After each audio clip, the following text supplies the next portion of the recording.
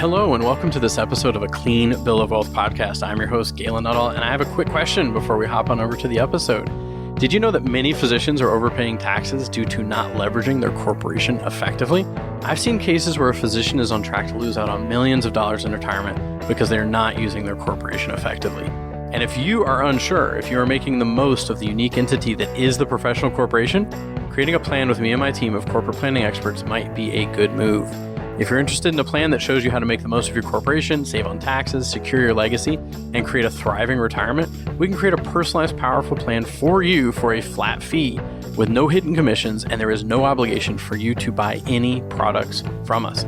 If you want to know more, head on over to galenhelpsdocs.com. That's Galen helpsdocs.com. Read up on what it covers and click on the book a call button to book a free call to explore whether a custom flat fee plan is a good fit for you. And now on with the show. All right, welcome everyone to this latest episode of A Clean Bill of Wealth. I'm your host, Galen Nuttall, and today I'm joined by Dr. Latifat Akintade, author of Done with Broke. I am the Woman Physician's Guide to More Money and Less Hustle. I'm very excited to have this conversation. Thank you so much for being on the show. Thank you for having me. I've really enjoyed us just chatting, so I'm looking forward to this. Yeah. We had almost a pre-episode episode. I'm getting ready for the episode. So we have a lot to talk about. I'm very excited about this book that you've put out, Done with Broke. And first, I'd love to know, what should the listeners know about you, and what inspired you to write this book? I think that for the listeners, I'm a physician. I'm a gastroenterologist. I'm a mama of 3 little ladies, ages 5 to 10. I am a money coach and creator of MoneyFit MD, which is a platform that is committed and dedicated to helping women physicians succeed financially. And the reason why I think that's important is because I think success is something that we can define in different ways. And unfortunately, I think for a lot of women, we've been taught to define it in a way that excludes finances, almost as a way of keeping us happy while the other people in this world take care of the finances. And I do think that's why medicine and life is the way that it is right now. And so I want women physicians to be financially successful so that they can live the life that they want, so that we can practice medicine in a way that is in line with what we thought it was going to be when we decided to sacrifice our teens and 20s and 30s to follow this career that we're called to do. And I truly believe that money is a tool in that, for us to practice it in a way that is well, without burnout, in a way that lets us have choice in the way we live our lives.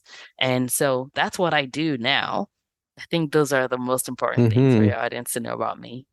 Awesome. Yes. No. And I mean, one of the things I was going to say that I loved about your book is, first off, you do have the physician's perspective. You are a physician, so you're in the trenches. And I loved that your book had, you cited studies, you cited resources. It was very there's definitely that angle to it as well of you are backing this with some research. And the other thing I loved about your book was exercises. There are exercises to complete. So when you buy a copy of the book, you get you can click on it. I bought the Kindle version. You click on a link and you download the guide, and you can do the exercises, which are very important. Obviously, it's a very interactive book, which I really love about it.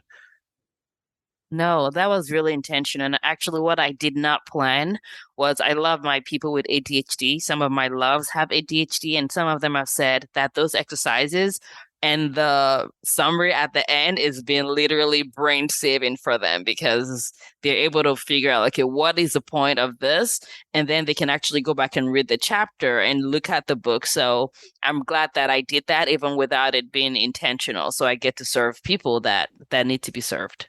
Yeah, no, the exercises were great, and the summary at the end, that was really great too, of those bullet points at the end. No, very, very good. Now, so one of the things as I was reading your book, I was taking notes because I knew we were going to have a podcast episode. So it's all right, what am I going to ask when we get together? One of the things is, a big part of your book is about money mindset. And I couldn't help but wonder, what would you say to someone who let's just say it, who thinks this is too woo or too out there, or mindset doesn't impact, What are your thoughts on that? You know, I was one of those people. I actually, not that I thought mindset was whack, but I didn't even know mindset existed when it came to money. And and I will say for those that have heard about mindset and like, oh, this is rule, it's okay. It may not be the book for you, and that's fine.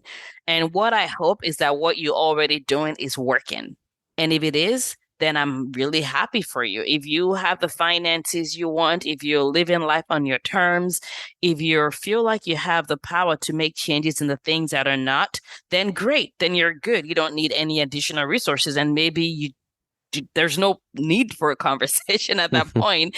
However, if you're like, well, Latifat, I'm not where I want to be in my finances. I'm not practicing medicine the way that I want to. I feel like I'm living life in a way that is not at the full capacity that I want to, then those are the people that I'm talking to. And that is who I was up until a couple of years ago. I did not know that mindset was a thing. And honestly, I don't even like using lingo. So if you don't want to talk about mindset, we can throw that word out of the whatever door or window. But we can just think about it as the way that we think about things really determines our lives. And whether how I think about money, how I think about my purpose, how I think about my path and my part in medicine affects how I interpret it. When I receive data from anywhere, whether it's from my kids, from my spouses, the way that I interpret that data may be different from how my sister may interpret that data based on how her own biases, the way she's looked at lives, the experiences she's had. So all of that framework is what people call mindset, but they're literally the aggregates of our thoughts and our beliefs, and really that affects how we relate to things and how we relate to people. And when I started finances or money, like literally 7 years ago, I knew zero about money. I did not know where my money was going. I did not know how much I owed in terms of student debt. I did not know what a 401k was, in the US lingos. I did not. And I had a lot of shame around it. And the reason why I had shame was there was this assumption that if you're smart, which everybody listening to you is smart, that we should automatically have this all figured out. So the fact that I did not didn't make sense to me. And I thought it was, people said math was like 1 + 1 = 2. And I'm like, I've done even more complicated math than that, but this math just ain't mathing, right? I look at my finances and I'm like, okay, is there anything else I could maybe do? Like, how about I go clean up something else that doesn't need to be cleaned up? Like anything else but what's in front of me. And the reason why is because I had blocks that were the result of my thoughts and misconceptions. And so it wasn't really until a couple of years later that I came across the whole thing mindset. And when I did, I literally cried. I cried. And the reason why I cried was like, you mean this is the main reason behind some of the challenges that I've had when it comes to money in life?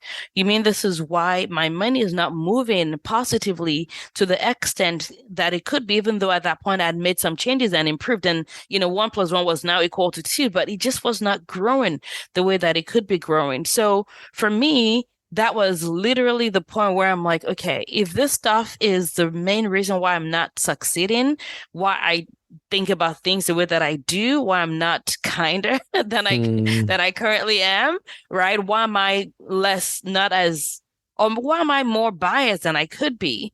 And I saw that really entered the question of why a lot of women physicians and physicians in general struggled with money. So that was what led me. I was not on that path to teach anybody else anything. I was literally on that path to help myself. And I still was not, even after figuring it out and putting it into my finances and having like crazy exponential improvement in my numbers, but also in my wealth ability of my life, literally, I still did not want to teach anybody. So I'm not here to convince anybody. I did not. I just wanted to mind my own business, live my life well, hang out with my kids, love medicine till I decide I don't want to do it anymore, which I thought was going to be like in my 70s or something. Like I definitely was on that. I love medicine. I want to do this forever path. But it was really when the pandemic started and everybody and their mother was freaking out about money, including people that were earning more than I was earning clinically. They were worried because people were getting fired and I had no worry. I was not worried about money. And the beauty of that was I could focus on other things. I could focus on my kids' mental health, being out of school. I could focus on my parents being well. They were in Nigeria at that point. I could focus on helping and supporting my colleagues decrease their own burnout because I suddenly was not as burnt out to char as a lot of people were. And so it was really at that point that I was like, almost kicking and screaming, to be honest with you, like, okay, I guess I have to do this and serve people with this thing that I know can actually be helpful. So that's how Money Fit MD got birth. And honestly, the experience has been humbling, amazing, and it will continue to be even more humbling because we're going to do even bigger things in future. But seeing the path that like the role that combining money and this quote unquote mindset or whatever word you want to call it as has led to in the women that I've had the opportunity to work with, it's impossible for anybody to convince me otherwise because I've seen the results. So again, if it's working for you, the status quo, I'm so happy for you. This is not for you then. But if it's not, and you still don't think the mindset is a part of it, that may be why you're not making the progress that you could be making yet. And it may be time to try a different experiment. Very cool. No, thanks for sharing all that because I totally got that this was a journey you took on yourself without any intention of necessarily helping anyone else along the journey. But it's like you discovered it, turned around and said, all right, I'm going to help some people at a time when people really needed like help. I got that. Like when finances were top of mind for a lot of people and maybe it wasn't before. And I love that you say like, yeah, it's absolutely true. Like it may not be the path for people, but if a path isn't working, it's something to check out. Now, you brought up a word that I was one of the first things I wanted to ask you about, which was shame. And you also brought up something that I totally see all the time. And even myself, before I became an advisor, I kept thinking, I'm a pretty smart guy. How come I can't figure all this out myself? Right. And I'd pick up books and I'd read, which is something we can talk about later. If I was picking up all this knowledge, but it wasn't leading to action. But the shame, and there's shame. And then I think also another thing I find is fear. Where there's a certain level of shame of like, I don't understand why I can't figure this out. Because like you're saying, physicians are smart people. You say it over and over in your book. I love it. Where you're like, we do complex things. We do very complex things with our brains and like, and continue to kind of hammer that home. So what is it about like the shame side of things? Like, what do you think people can sort of look at to really like what is that process? Is it like embracing the shame or like kind of like working around it? Like what does that look like? Absolutely. Shame is one of the most useless things ever. It is completely useless. Shame and regret, they go hand in hand. They're like brother and sister, and they're just two of the most useless thing. I literally sit down and I think, because I don't think of emotions as positive or negative. I think of them as like helpful or not helpful, useful or not useful. And shame is just one of the most useless things ever. Like there's literally, I cannot come up with a good reason except to keep people confined, to keep people restricted, to keep them in their corner and away from mainstream. It does nothing good about shame. It's like an abscess. There's literally nothing good about an abscess. And if you want to treat an abscess as physicians, we know that we give IV antibiotics sometimes. However, we do know that a lot of times the abscess just needs to be drained. If it's tiny, and antibiotics may treat it and dry it up. However, after a certain size, we definitely just need to open it up. And that's the same thing with shame. Shame is something that grows or thrives when you don't let air into it. So the more you keep the things, the more shame is going to thrive. And part of shame is not something that is caused by us, unfortunately. Shame is something that's caused by the system. Shame is something that the system is created this environment for, and sometimes it's multi-generational, where people of all colors and specifically even minorities and women, traditionally financial education, as you know, was not really built with us in mind. It's not built with physicians in mind. It is not built. It's sort of like the stay in your micro corner and let somebody else take care of this. And so there is that expectation. And then what happens now is over time conditioned us or created the perfect system for women and physicians in general to not do finances and to keep them in there. We're going to say, well, we're also going to make you feel like there's something wrong with you for being in there, even though everything we've done is to keep you in there, right? So, of course, we feel shame, but shame is not your fault. It's not my fault, but it's something that we can choose to opt out of. And it's something that I've chosen to do. And the way that I've chosen to opt out of shame is doing something that feels really uncomfortable, which is what, I mean, think about it like an abscess. An abscess doesn't like it when you like open it up. It's like, no, sorry, this may be the most nerdy. No, I'm loving it. It's a great visual. Right? Abscess is not like, hey, we cannot wait to be drained. No, you cut that open and they're like, what is this? It's sun. We don't want to be seen by the light. Like, and the same thing is true for shame. But the only way to let that be result, to let that area heal, is to bring light into it. And it's the awareness of it, it's speaking it out. And that's why it's important for us to have areas and spaces for people and women where they feel safe and comfortable having these conversations. I carried a lot of this. I could not even ask for help. And that was part of why I wasn't growing as much as I could, because the people that I could ask for help acted like they had it all figured out since birth. And, you're a physician. How dare you don't know about money? That doesn't help me come out and ask for help. But when I addressed that part, when I did the uncomfortable thing of letting myself be cut open, which is not going to feel comfortable the first second in the short term, but in the long term, it's helped me be the person that I am today.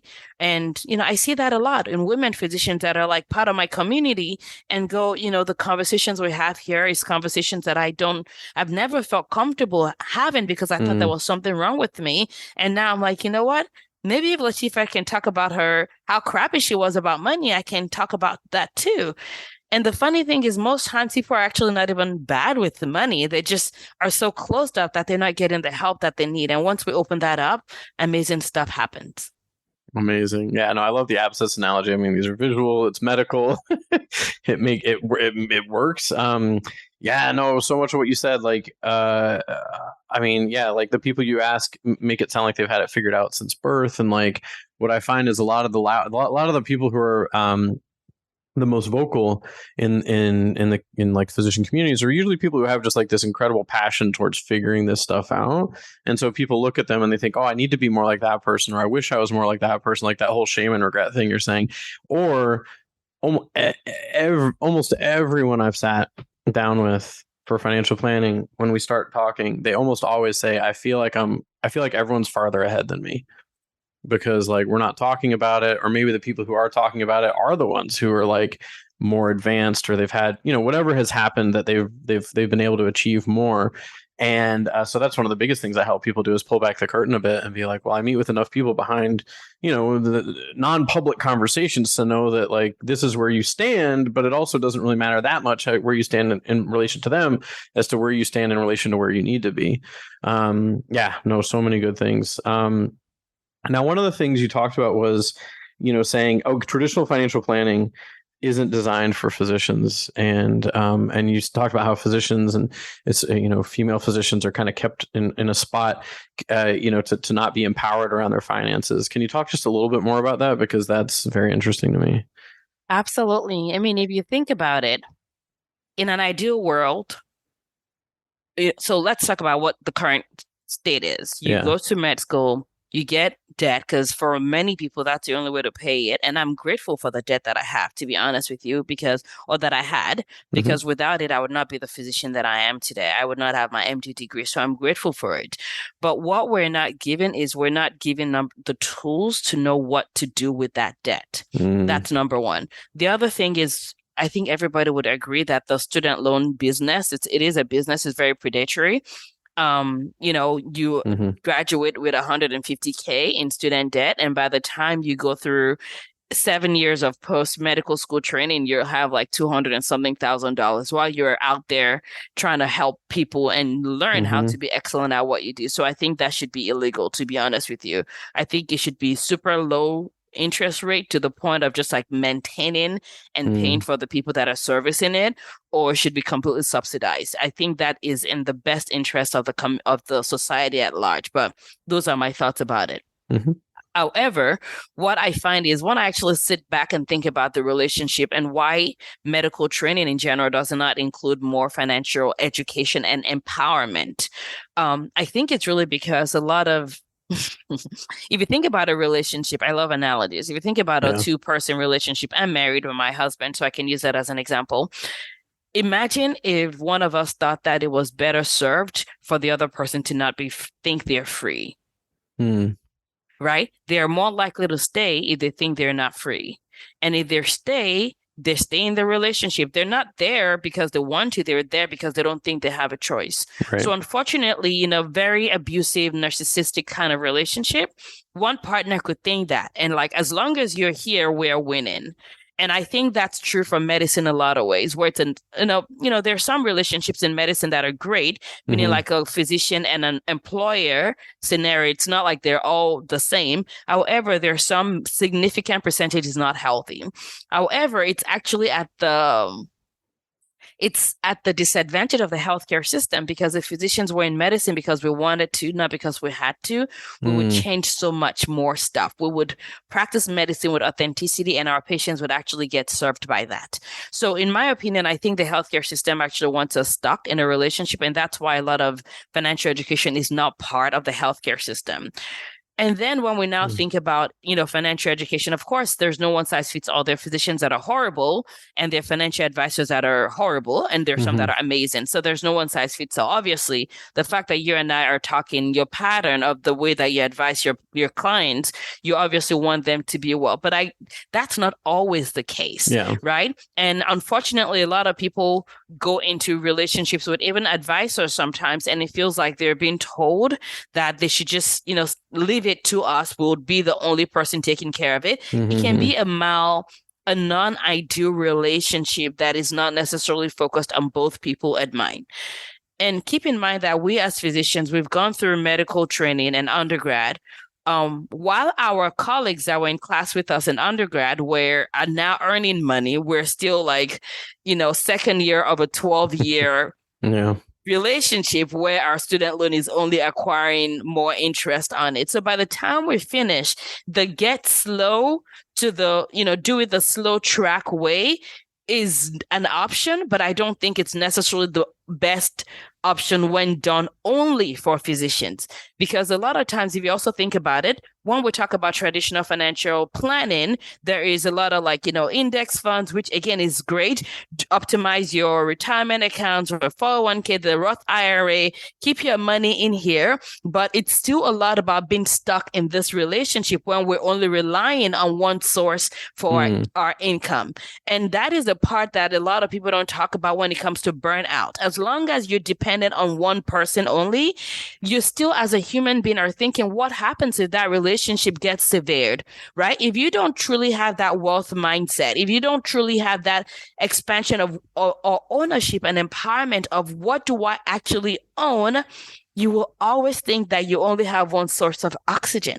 And when you do, it's just hard for you to think about what would happen when you sever that. And as long as physicians don't know that they're free, and I'm saying no because we are free, as long as we don't know that, as long as we think we're stuck, as long as we think our source of employment is our only source of income, nothing is going to change. And I truly believe that burnout is only going to increase. Mental health and wellness is only going to increase in physicians, and our patients are ultimately going to be the ones that are going to pay the ultimate price for this. Wow. So much in there to look at. And I got really, one of the things around, like you said, if you feel trapped, right? Feel trapped in the way that you have to do things. And like you said, I love that you brought up, the idea that, there are, advisors, and sometimes it can feel like you're stuck only doing it one way. Earlier you talked about biases that everyone has that you have to sort of unpack, which I'm also very big on, because I think it's one of the hardest things I've had to do, which is identify my own biases, because it kind of attacks my identity or what I believe to be true when I uncover something as a bias. And I think it's tough for people to do that sometimes. And like some of the biases you talked about in your book, or at least my thoughts, is around debt and around, different things, that the thought that people bring to the table is so impactful. So so when you're talking about, that entrepreneurial abundance, like multiple ways of getting success in finances, like what does that look like? Sort of like you've mentioned different retirement accounts, like the ones you have in the US, we have similar ones in Canada, right? Roth IRA is basically like I don't want to make too generalization of assumptions because I don't know a ton about American financial planning. I know a bit about it, but like we've got things like something called a tax-free savings account, which is similar to the Roth to the IRA. We've got RRSPs, which is similar to 401ks, and we have corporations, which are also physicians can incorporate up here, which also I think you can. I mean, my dad, I remember he was incorporated when I was in the States, so you can do that down there. So that's another like tool for building wealth. But when you're talking about that shift of like from one sort of like one source of oxygen, like you said, like what does it look like for someone to create multiple sources of oxygen? Absolutely.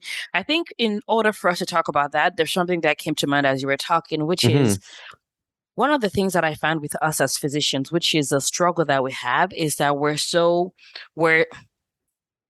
we went through all this training, and training was hard for a lot of us. It was a sacrifice. And there's this assumption that we're going to be done with training and we're done learning from scratch. We're going to be done with training and we're going to now be able to drive into the sunset. Right? We're going to be done with training and now we're a physician, and this level we're in, I mean, yes, we're going to get more experience and become more of an expert in what we do clinically, but that's it. And that thought right there, that sentence causes more stress because we're so tied up to what our MD or DO degree meant 20 years ago. And we're not being realistic with where things are in this time that we're in a culture of burnout, in a culture where hospital and insurance and admin have so much control, right? They didn't years and years ago. Now they do. So in order for us to succeed now, we have to be willing to acquire this whole thing. And, some people call like the MD 2.0 or whatever. Like we need to change how we think about what a physician is. And the reason why I say that is everything that I'm going to say going forward, there are people that are going to resist that if I don't explain the fact that that is a shift that needs to happen. I hear people tell me, and I'm very privileged and grateful that a lot of my members we're actually in different parts of the world. We have US, we have Canada, we've had Nigeria, we've had Thailand, we, just like different parts of the world. And so I've had the pleasure of hearing a lot of things from them about their thoughts. And the key is this: if we're not going to be willing to evolve, if we're not willing to change, nothing else is going to change and we're going to drown. That's just the bottom line. So when we talk about diversifying income source, that has to be the place, because what a physician was 30 years ago is different from what a physician is now.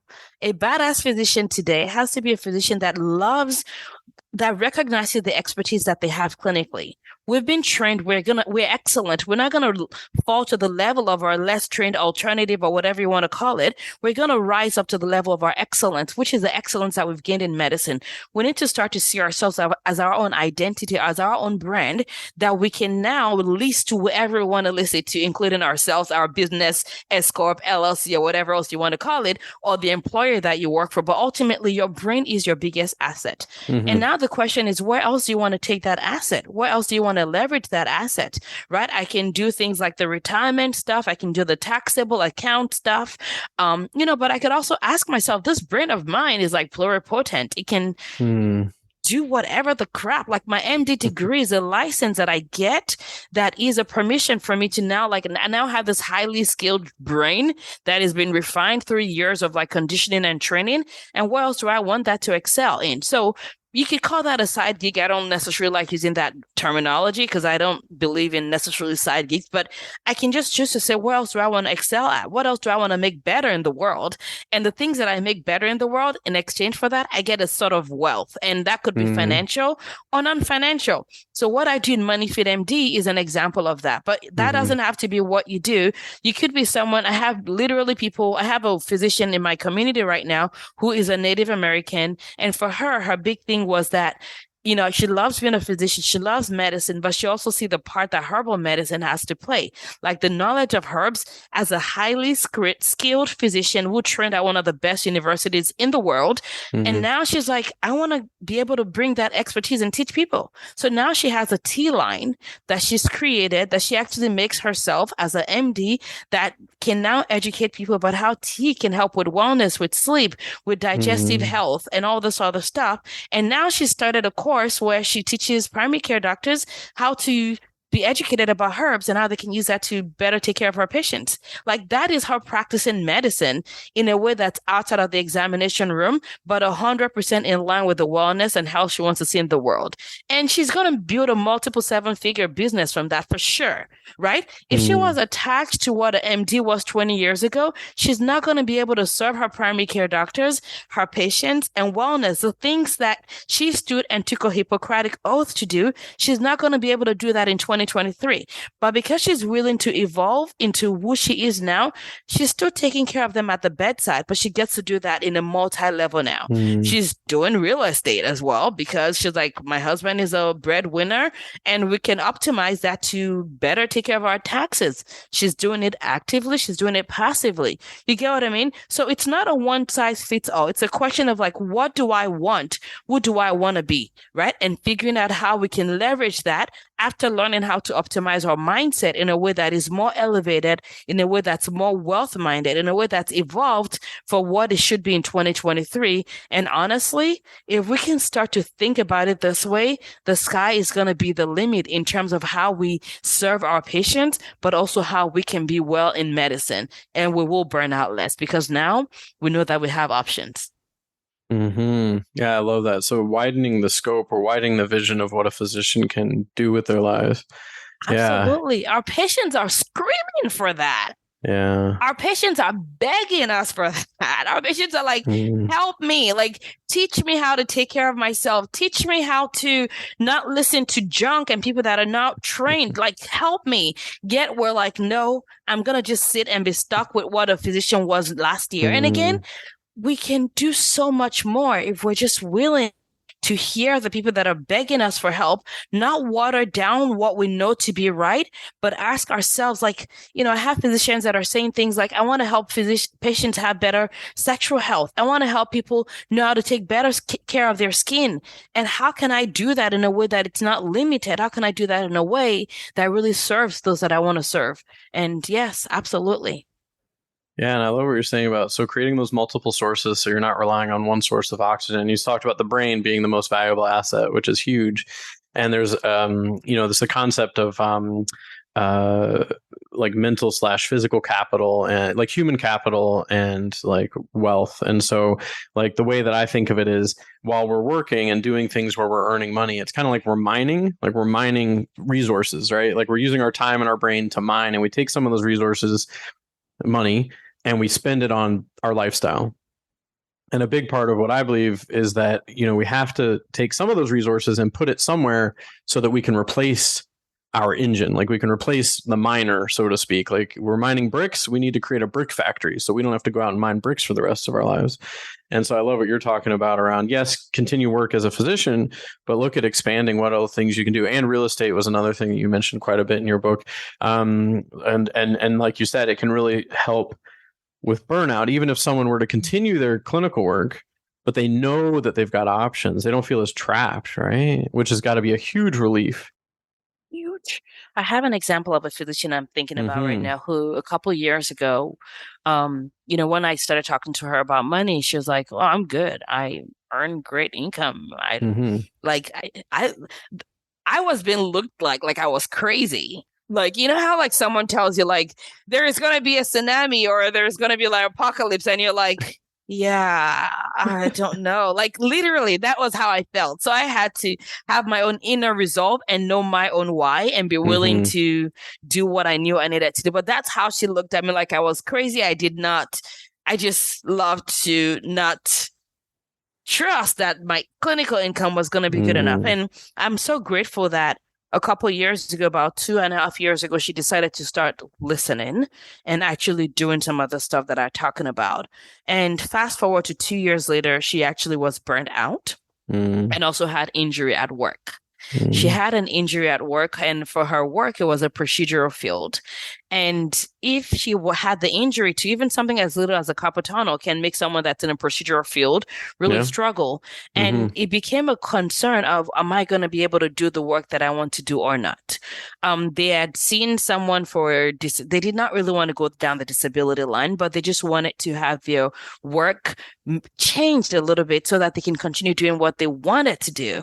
And that was a challenge that this person had with their employer where they did not want to make that change. And again, knowing that she had options made the biggest difference for her.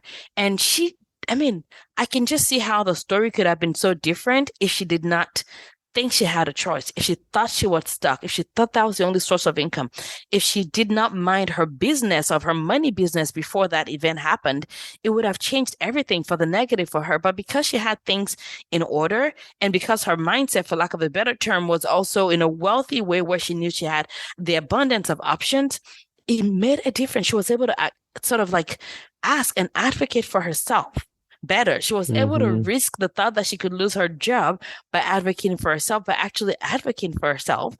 And she was able to keep her work with changed hours.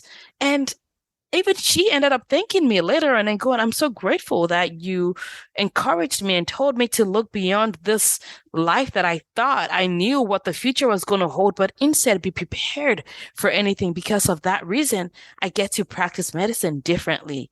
And, that is everything. I didn't know I was going to take a sabbatical. I did not, like, literally a little over a year ago, I did not even know I was going to be interested in a sabbatical. But the work we do today, the things we do today to set ourselves up for the long term makes the options that we don't even know we're going to need in future more accessible for us. And because of that, I get to leave this year and give this gift for myself and my kids Hmm. in a way that I never imagined that I was ever going to want. So, Very cool. Yeah, and it's amazing to take that time off with kids. It's a very unique experience what you're up to with traveling. Yeah, no, and thank you for using an example because I think that's wonderful to hear. Like, and your book is full of examples. I love it. I don't know. I can't remember if the pattern was every chapter, but I feel like almost every chapter had a real life example of someone you've worked with and supported with, with these different concepts. And like what you said, like this physician, like you said, like you're kind of coming out of nowhere with sort of this crazy theory, and they're like, I don't think you're right, but then you kind of saw something they didn't see yet, and which is understandable. Like people, you don't know what you don't know, right? And when you said this, you mentioned this thing about options and multiple oxygen and like not feeling so tied or trapped. It's really funny. I wasn't planning on talking about this at all, but I had a conversation with a friend the other day, and it ties into our conversation because it was about mistrust of advisors actually. And I totally forget that there's so many people out there that don't trust people in my profession or potentially don't even trust me because I'm always hanging out with my clients and people who have hired me to create plans. Like I'm always hanging out with people who do trust me and have maybe trusted me for a decade with their wealth, right? And I was talking to this friend of mine who's a good friend, but he's a bit mistrustful of the industry. And we had this conversation, and one of the things he said is one of the reasons I don't trust your industry is because I feel like you have to sell something to me. Like you have to. Like you must. Like you can't choose the option where you're not going to make money. You have to choose the option where you're going to make money, even if it's not in my best interest.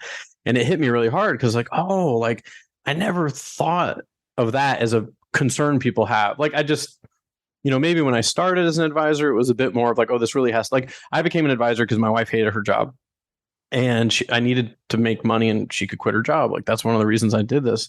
And then I started to love it. And I was like, oh, good. I'm glad I love this because it's hard for me to do things I don't love for very long. Anyway, so maybe in the beginning, I was like, oh, my wife has to leave her job. And like, I was maybe a bit more concerned about things that have to work or things that don't have to work. But I've always had this theory that as long as I do the right thing for the right people long enough, everything's going to work out. And that's what's worked so far for 10 years. So I'm not going to change my philosophy. But the reason I'm bringing that up is because I do know like what it can feel like, especially like, in other jobs I've had where it was more of a, as a, employer employee, not employer employee relationship, but where it was like I didn't think I had options. Like I thought I had to be a teacher. for the rest of my life because I spent all this time getting a master's and everything. And I remember coming home that first week of school, I was exhausted and I was panicking because I was like, I don't know if I can do this again. Like, and I always would get through it and the year would go okay. But anyways, I brought it up just because I know what it's like to shift from that feeling of, I have to make this work versus I have some options and that freedom that comes with it. It's simple but powerful. And it's such a simple thing that most people overlook how important it is. And honestly, even in the middle of the pandemic, I had an experience, and I don't think I talked about it in that book. I don't know if I did or not, but I had this experience where, the pandemic was hard for everybody. It was hard for everybody, regardless of whether you believed COVID was real or not. If you believed it was not real, it was hard because you had to deal with all this annoying people saying it was. And if you believe that it was real, like a lot of us do, then you're like, what's wrong with humans? Like, why don't you come spend a day with me in the hospital? Right? Kind of deal. And as a GI doctor, we put in feeding tubes, and I put in more feeding tubes in 1 year of the pandemic than I'd done in my entire career, including my training put together. And the reason why is when people are on a ventilator, they need feeding tubes, and people got really sick and needed extra prolonged time on a breathing support and all that stuff. And also people bled a lot because as part of the treatment for COVID, there was a lot of anticoagulation and blood thinners, and the GI tract is a place where people would bleed. And so it was really busy, and we would be, we're doing it in the middle of the night. We were exhausted, and I'm not going to sugarcoat it. And I remember one day, and one of the reasons why I chose to do my money, to actually go from being afraid and fearful and all that stuff to doing it, was because I did not want to live a life where I was apologizing to my kids for the choices that I did not think I have. So for me, I've always had the thought of I want to practice medicine for a very, very long time. And I want to love medicine. I want to be there because I want to, not because I have to. I want to love it. So doing my money was part of that. So even when I went to the hospital in the middle of the night for a bleeder or someone bleeding or someone that had food stuck and needed help, I don't think I've ever regretted going into the hospital, even on call. And I'm grateful for that. And the reason why is because I choose to be there. I don't have to. And so in the middle of the pandemic, I remember being at the hospital in the middle of the night, and I was exhausted. I was tired, and our calls are busy. And I just had this heaviness on my shoulder, which is where I hold my stress. When I'm feeling stressed, I hold it around my neck, and it was just there. And I'm like, what am I even doing here? Like, I don't even have to be here. Like, I have options. I don't have to do this. And I was like, actually, I'm here because I want to, not because I have to. And instantly, that pressure that I had on my neck went out, like just relieved by like significantly, at least 50%, like almost gone, just because of that awareness that actually I don't have to be here. I'm here because I'm choosing to serve this way. I'm here because if my patients are seeing me at 1 o'clock in the middle of the night, as much as I don't want to be in the, I'd rather be sleeping, but I'm glad that I'm the person that gets to encourage them at 1 o'clock. That one thought can literally, if I did not have that thought, I would have gone on that day with that pressure, and the next day, and you can see how that can spiral down, and that can accelerate my sense of burnout even without anything changing, right? So that ability to know that you have options, it's a gift that I want everybody to give themselves. And there's no one size fits all. It doesn't have to be you doing active real estate. It doesn't have to be you doing money fit empty in a scale like this, but it goes back to even something as simple as knowing where your money is going at the end of the month. Like, what am I spending on? What is my essential? I call it like the minimum viable expense. Like, what is my minimum viable expense? And you will be surprised that what your minimum viable that you actually absolutely need is not everything that you earn. And if you can figure out like, okay, what can I do? How can I leverage my money? How can I pull my hands in maybe someone that has time so that I can earn money that way? And if my minimum viable is met, suddenly I have choices. And just knowing that alone is everything. And that's a gift that I believe every physician can give themselves. It's not fancy. I don't do anything fancy with money, even our money, nothing fancy. My life is fun. I love my life. I listen, I have more, like, I spend more time talking to women about money than I actually spend doing my own money because my money doesn't need a lot of time to Yeah. be done, right? But if we can just solve that now, you get to enjoy your life and live your life and ask better questions about how you want to spend life serving yourself and Mm, others around you for the long term. And that is the best gift we can give ourselves, to be honest. hmm. Yeah, I love that. Yeah, no, definitely. I mean, I meet people who we will show them. So one of the first physicians I ever met with, I said, "What are you most concerned about financially?" And he said, "I'm terrified." He said he was in his 30s at the time, and he said, "Every time I go on vacation, the doctor that comes and does locums is in his 70s, and I don't think he's doing it because he wants to do it. He's doing it because he made some bad decisions and he can't retire yet." And he's like, "I'm terrified of waking up one day in my 70s and I'm doing locums because I have to, not because I want to." And that really hit me because I was like, that is a real tangible fear this guy has. Now, sometimes we show people they can retire and they say, "You know what? I'm okay." Like, there's a very different thing when someone's working and they know they could flip a switch and stop and not have to keep going. Like, it's different, like you're talking about, but it's also what you're talking about is like there's a choice there where you kind of stopped yourself and looked at, how am I relating to what's happening right now? Am I relating to it as a burden or a choice, which is really powerful. And I have to ask you about this one line in your book that I think is fantastic. And it says that when money flows into the hands of women, everything changes.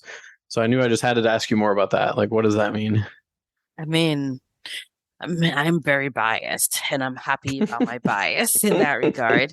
And the reason why is this, you know, and it goes back to that success, defining success. Mm-hmm. And I wish we did not live in a world where people with money have more say. Okay.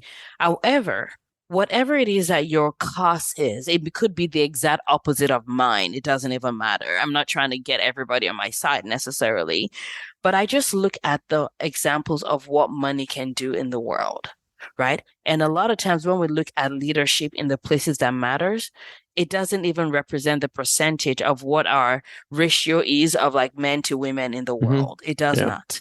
And just not because anyone is evil or good or bad, but when we just think about like representation, I cannot speak to the things that may be important to you as a man. There's just some parts, like you're not going to tell me about the itch and scratches you have at 2 o'clock in the morning. I never have those itches and scratches, whatever that is, right? So the key is, if we want to solve problems that we haven't solved yet, then we have to be willing to change what the table looks like. And so we've tried an experiment for a very, very long time of what the ratio is, whether you talk about like gender, you talk about like racial. And I just wonder, I just have an hypothesis that if we tried a different experiment by not swinging to one extreme or the other and just finding how can we bring more diversity to the table, we're going to address problems and we're going to find creative solutions that we've never thought about before, right? And some of them are going to be so simple. They're like right behind us, but I can't see behind myself. But you're behind me, you're facing in the opposite direction, so you can tell what those issues are. And so my thing is this. If we want to solve problems, unless our world is already perfect, and if it is, then let's not change anything. But you and I can agree that there's so much that needs to change in our world. And so to do that, we just have to try a different experiment. That's number one. Number two is, you and I were talking earlier about even international work and the fact that if you want to change environments, there's something about the role that women in communities play, right? If you want to educate a community, you educate the women. And in fact, even when I look at my own life personally, and I look at, and not just me, but like a lot of people that I work with, if you look at the perception of the financial state of the woman, it impacts the financial state that the children believe that they belong to, right? And so if we truly want to change like what wealth looks like in future, it would be foolish of us to not focus on one of the key players, which is the role that women have in our community. And I also think that women in general, and this is generalization, so of course it's not going to be always true. But in general, women tend to think about how we can give a lot more. Like, how can we give? How can we flow? How can we get this, right? And so if we want to change things, we need to equip people that are going to choose how they want to spread it out, to Mm. different things that we haven't thought about before. And honestly, this is just an experiment that I'm willing to bet on right now, because until we've had evidence that this experiment led to a result that we haven't considered yet, then it's foolish of us as a culture, as a world, to keep trying the same thing and hoping for a different experiment. So I'm willing to entertain other experiments as well, but this is one that I think we haven't tried yet. So let's give it a go and see what happens. We can reassess in 10 years and readjust as needed. Yeah, no, I love that. No, and definitely, I mean, as I mentioned before we hit record, I used to work in grassroots development. And this was 10, no, this is more than 10 years ago. It was like 15 years ago. And even back then, we had a lot of good examples of grassroots development projects that focused on empowering women in communities around the world. Like it was pretty, it was across cultures where they had tremendous success in general with empowering women financially, with it, whether it be education, finance, community building, whatever it was, like working together. Like that's another whole other topic of, the grassroots development, authentic grassroots development, not coming in and telling people what to do. But yeah, I think it's fantastic. And statistically speaking, also, at least the last time I read the studies, it was even from an investment standpoint, women tended to make better investment decisions than men when it comes to actually like market decisions, and they're underrepresented. What's that? Sorry. You want to know why? Yeah. Because our ego is good. We're good. Yeah. We got nothing it's not to prove. Nothing to prove. Yeah. We got nothing to prove. Yeah. Right? Yeah. No, I didn't remember 100% the results, but I remember it was something along the lines of something to prove, trying to knock it out of the park, like some like crazy thing. And women are definitely underrepresented in the investment community when you look at fund managers or pundits around finances, like definitely underrepresented. So I love the idea of, like you were saying, like not swinging so far to one other side, but looking at better representation. And like you said, like you'll see problems I don't see, and the more diversity we have at the table, the more things people will see that we aren't going to be able to see. I'm not going to be able to see because I just have my own experience. Absolutely. Yeah, And that's cool. a key. I think it's really healthy to talk about it's not about swinging to one extreme, because that's Mm-hmm. something that I think is just as dangerous as the status quo. Yeah. But it's a place where we can all just like bring our brains together and just troubleshoot and create a different recipe. My husband is someone that I highly respect. He's smart. He's I'm like, he cares a lot about the wellness of, and so to think that people like that would be deprived out just is as bad as what we experienced before. So in my opinion, there is a middle ground, and I want us to find that middle ground so we can do great things together, because we need y'all on the table too. Very cool. Well, I love that. Very good. And the last thing I want to make sure I ask you about is, on the heels of this concept or this experiment, like you're saying, of trying it out, of like putting more money into the hands of women, can you tell us a bit more about what it is like to work with you? And the example you used of yourself of you were in that situation where you're overwhelmed, holding all the stress on your shoulders, and then you kind of paused, reflected, and like shifted. Like I feel like that's something that can be learned, and I can't help but wonder if you teach that to the people you work with. But like not something that necessarily people, even if you know to do it, you can't always do it, right? So anyways, I'd love to hear about what does it all look like in one way. I mean, I know you do a lot of work with people, but like if there's some way to sort of bring it all together of like what does it look like when you work with people, and what does that look like? So I have a community. I have a women physicians, a money coaching school for women physicians, which is the basics of financial education, and adding like the power of learning how to think about money, the emotional part of money, because that's huge, right? So I call it like I help women become like more wise, like almost like digging into our own wisdom when it comes to money. And that way, kind of what the book Down with Broke is talking about is this whole concept of being the CEO of our finances, right? And I think that part of this is we've also, and I want to make sure I say this, it's not always like the financial advisors are bad. We've also done them disservice, right? By putting power. Like when I think about the people that work for me, if I'm not being a great boss, if I'm not taking my position as the actual leader on the team, it makes it harder for also them to be the best they can be. So it's both ways. And part of what I do is I really want women to take our seat as a CEO of our finances and also as a CEO of our life. So usually when people work with me, I have people in my community that I've been there for about like 2 years now since we started. but they work with me. It's a 12-month contract for the most part. And we meet together every week, where it's either myself or someone that I trust to an extent, the extent that I can Mm-hmm. trust another person, come talk about other aspects of like wealth building. So it's anything from how to create the life they want, how to manage their time better, how to partner with people doing interesting things. So things like, syndicators, we've had syndicators come. And Mm-hmm. because one of the challenges people have is, okay, Latifat, this is all great, but how do I actually find people to know, like, and trust? And so part of my work is to help people have money, but also help people learn how to separate themselves enough from the money that they can start to leverage that money and build it. So I Mm-hmm. bring people in that you can't trust someone else 100%. I can't even trust myself, but at least I trust the ethics of what they're doing with money, of how they're using money, not to destroy communities, but to build communities. And so I bring those partnerships together. And so my women are doing things like investing in passive income, whether that's like syndications or storage facilities or, other things that they may be interested in, but it's bringing that and being a bridge to that. So that's kind of what I do. It's helping women physicians become the CEO of their money and their life. It's the example I shared earlier about the woman that makes teas, she had no idea. This was not even on Mm-hmm. her radar. She's been in my community now for 2 years. She was working in a practice that she loved. Mm-hmm. It's, serving the people that she wanted to serve. She thought she was going to be there forever. And then the leadership changed. Unfortunately, she had a medical need that came up that was actually pretty urgent. And she requested time off and it was declined. And it Mm-hmm. wasn't just declined, but she was actually fired. This is an excellent person. She was Wow. fired. This is a job she thought she was going to be at. And for your audience that's listening, physicians, we're kind of a touch of cray. And we do things like when we're not feeling 100%, we still show up and serve our patients because we don't want to disappoint our Mm-hmm. patients. And this is someone that she was not fired in 3 months. They literally walked her off the premise and called security to escort her off the premise. Wow.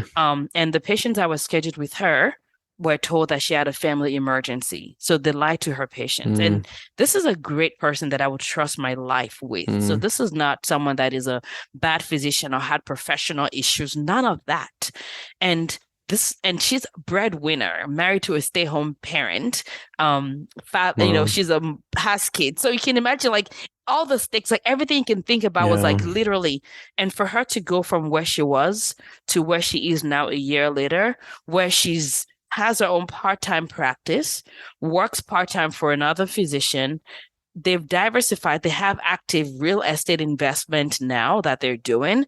And now, because of how we've helped her really tune into who she's meant to be, that is how the whole thing about the tea and now educating physicians has come out of it. So, this is what we do. We help women physicians really own into who they are so they can build their money and their life. Because when they Mm. do, everything else follows. So, it's so much fun. I feel like it's a privilege, to be honest, to sit down in the rooms that I get to sit in every Thursday with my women, because these women are leading and we get to help them be better leaders by helping them be empowered financially. It's a Mm. gift.